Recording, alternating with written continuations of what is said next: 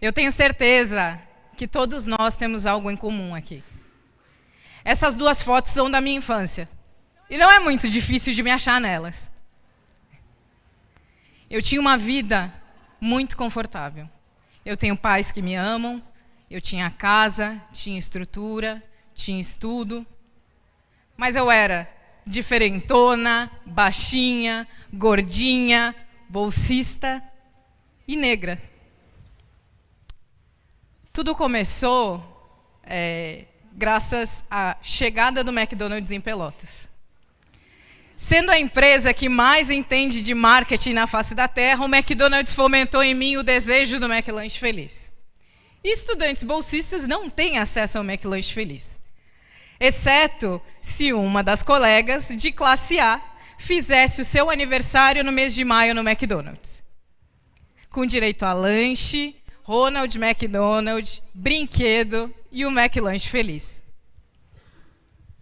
Distribuíram-se os convites, começou aquele burburinho, eu sabia que a festa ia ser no sábado e eu não fui convidada. Mas eu não fui convidada sozinha. Eu e a minha colega parda ficamos de fora, porque não tinha um convite suficiente.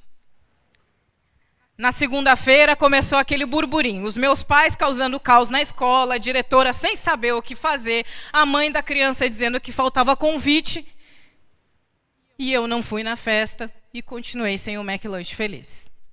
E de quebra, descobri o que era racismo. Alguns anos depois, vamos aprender sobre migração no Rio Grande do Sul. A professora de história fez todo aquele panorama da imigração italiana e alemã, e eu vi os meus colegas se orgulhando dos seus passaportes estrangeiros, dos seus vilarejos italianos, da sobrevivência ao Holocausto, de saber da sua própria história. E no meu caso, a gente só falou de 13 de maio, de chicotada, de sofrimento, de foto e poema de navio negreiro. A gente não falou das minhas cores, a gente não falou da minha África, a gente não falou do meu idioma, da tecnologia que o meu povo desenvolveu, que o homem começou lá. A gente não falou de nada disso.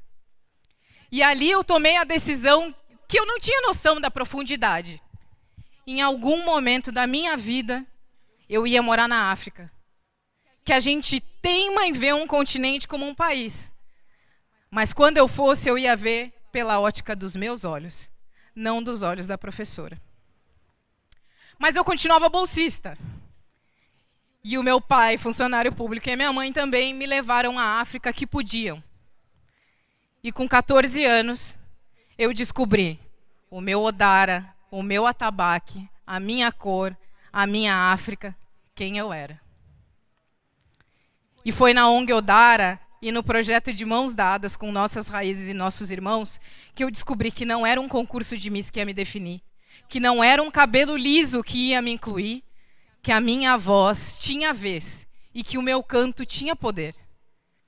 E de quebra eu descobri que eu poderia mudar o mundo através das pessoas. E foi assim que eu parei na faculdade de psicologia. Com 17 anos eu fiz 5 vestibulares em 3 cidades e tive 3 fracassos. Eu passei para psicologia numa universidade particular, em primeiro lugar. No último ano em que a universidade não deu uma bolsa para o primeiro colocado. E foi assim que eu parei na faculdade de Direito. Eu costumo dizer que não fui eu que escolhi o direito, foi o direito que me escolheu. Pelo simples fato de que eu não poderia sacrificar o salário dos meus 2 pais para resolver o meu sonho como psicóloga. E como a maioria dos jovens negros desse país, eu renunciei ao meu sonho e encarei a realidade. Mas na faculdade de Direito eu descobri que eu poderia educar educadores para evitar episódios de racismo como os que eu sofri. E para fazer valer uma lei que desde 2003 tenta tirar a cultura negra do clichê de navio negreiro, sofrimento e dor. E trazer essa cultura e trazer essa cor. E foi no Projeto Educa que eu desenvolvi esses projetos e trabalhei com esses professores. Mas eu falei para vocês que eu ainda tinha aquele sonho de ir para a África. Aquela África continente, aquela África que tem cor, tem calor de temperatura, tem calor humano, tinha a minha cultura e a minha história. E com 22 anos eu me tornei diretora de uma ONG em Moçambique. Eu me lembro de cada segundo do processo de escolha. De escolher pela língua, do casaco rosa que eu vestia no inverno gaúcho e do calor que eu senti quando eu pisei naquele lugar. Das letras vermelhas do aeroporto de Maputo, do sonho que eu tinha de longo prazo de recuperar a minha vida depois de um processo de depressão no Brasil. Foi uma paixão arrebatadora, avassaladora, foram dias ótimos. Mas paixão nem sempre é só coisa boa. E foi num dia de setembro, e fica a dica para todos os meus colegas, não mexam no celular e caminhem na rua, que o meu sonho foi literalmente para o bueiro. Enquanto eu falava no WhatsApp, eu caí e fraturei o meu tornozelo. E como tragédia nunca vem sozinha, eu tinha um tornozelo machucado e estava de cama, o meu salário atrasou, o meu pai ficou doente e eu estava vendo a minha perna ir embora infeccionada. Turrona do jeito que eu sou, demorou para admitir que meu sonho tinha acabado. Demorou para admitir que aquilo não ia dar certo, que era a hora de voltar. E eu voltei. Sem emprego, sem dinheiro, com uma família fragilizada e uma perna para recuperar. E um trabalho entregue pela metade. Mas como eu tenho mais sorte que juízo, 2 semanas depois de eu pisar de novo no Brasil, apareceu a oportunidade que ia mudar a minha vida.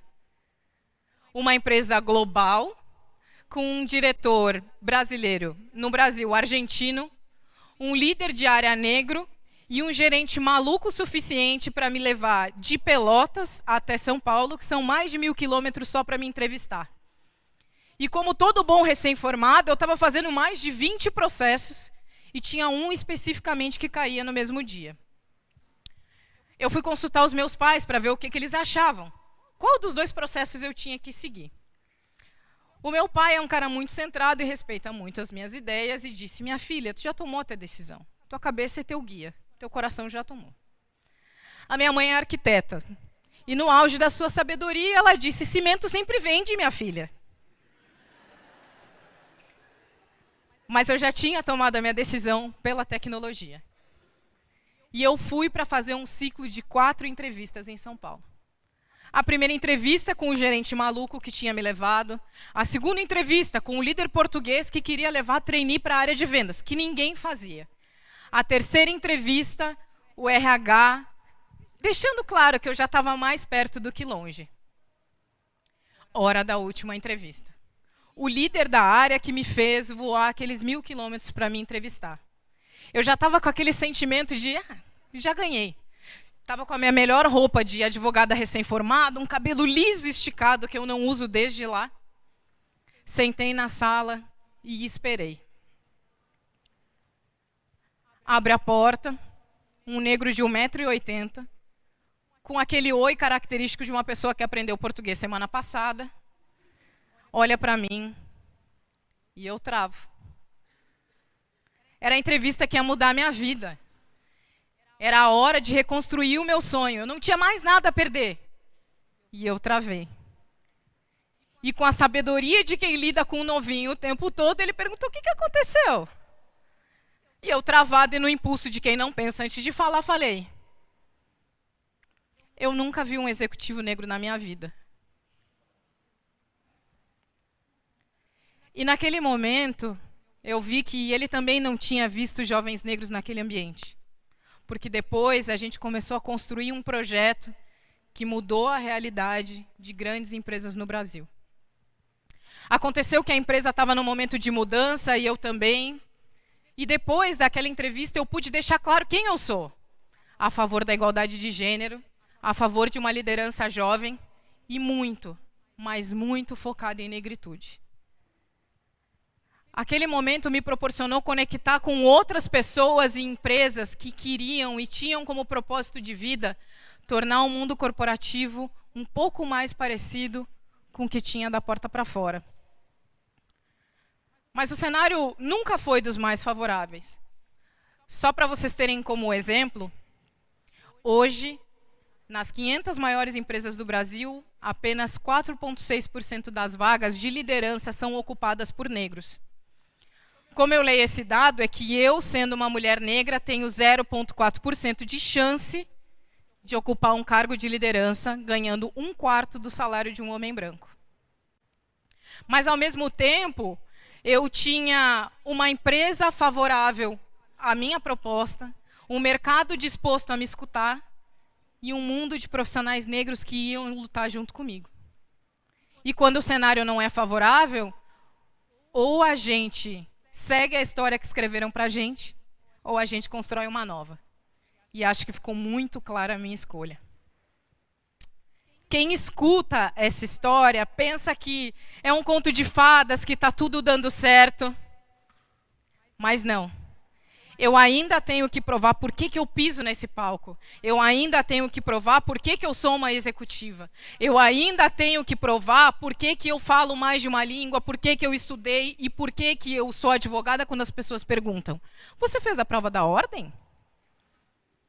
Eu queria muito que isso fosse só comigo, porque seria relativamente fácil de resolver. Mas ainda não. Eu vejo os meus colegas negros trabalhando 14 horas por dia, renunciando à saúde, ao bem-estar, às famílias, para provar que eles podem estar ali e que eles são qualificados o suficiente. E foi em resposta a esse porquê que a gente está aqui, por que essa causa existe, que a gente fundou a Rede de Profissionais Negros. A rede veio para valorizar quem veio antes da gente. A rede veio para inspirar quem veio depois de nós. E a rede veio para construir uma jornada junto com as empresas que estão começando nessa caminhada de igualdade racial. A gente quer provar com dados, fatos e pessoas que existem profissionais negros qualificados no mercado. Depois de 4 anos de todo esse roteiro que eu falei para vocês, eu consegui atingir algumas coisas. Eu virei executiva com menos de 30 anos, que era o que eu queria. Eu sou co-líder no Mulheres do Brasil, no Grupo de Igualdade Racial, que é a maior associação de mulheres política partidária do Brasil. Eu pude dividir espaço com empresas que estão começando nessa jornada, como a UI, a Cargill, a Dow, a própria Microsoft, a HP, entre outras. E eu pude conhecer organizações que seguem nessa luta junto com a gente, como o IDBR, Educafro, Empregue Afro, Feira Preta e muitas outras, porque essa jornada ela não é sozinha. E eu fui listada pela revista Forbes como uma das jovens abaixo de 30 anos que vai mudar a realidade do Brasil.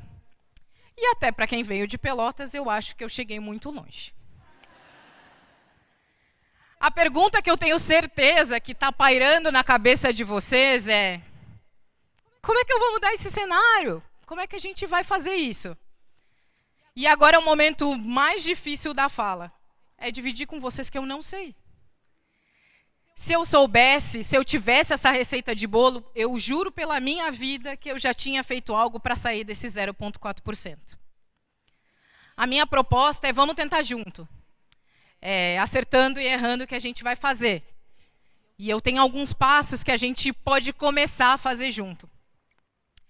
O meu primeiro pedido é: deixem claro que igualdade racial é um assunto importante para vocês. Os amigos de vocês, a rede, confiam no senso que vocês têm de transformação. O segundo passo é: se vocês têm um colega negro, apoiem, deem feedback, mentorem. A existência daquele cara no espaço, daquela mulher, é um ato político. Converse com a organização da sua empresa se existem políticas de igualdade racial focadas em um plano de ação. Diálogo a gente está tendo aqui. A gente precisa fazer algo para mudar essa realidade. Apoie organizações como as que eu falei e locais que cuidam de igualdade racial, porque elas estão lutando para sobreviver. A pergunta também que vem depois dessa proposta é: por que essa menina está fazendo isso? Ela quer ser política? Ela quer abrir uma consultoria de diversidade? Qual é o motivo? Qual é o porquê dela? E eu digo para vocês, o meu porquê é inspirar meninos e meninas como a Lisiane lá de trás a pensarem que o mundo corporativo também pode ser delas. Que elas podem conquistar, que elas podem sair de Pelotas e que elas podem dominar o mundo e estar em espaços que nunca ninguém esteve, sendo protagonistas da sua própria história. E que eu, como executiva, possa ver a cadeira da presidência não como algo inatingível, mas como algo que pode e eu vou trabalhar muito para ser meu. O que a gente precisa, juntos, são de oportunidades. Num mundo onde 95% dos espaços de liderança são ocupados por pessoas brancas, foram as pessoas negras que me deram força, que me deram apoio, que me deram espiritualidade e que me colocaram aqui. Mas foram as pessoas brancas ou não negras que me deram aquela bolsa de estudo, que acreditaram no meu talento, que me deram oportunidade, que me tornaram trainee, que me ajudaram a ser a vendedora que eu sou, que me ajudaram também a estar nesse palco e dividir essa mensagem com vocês.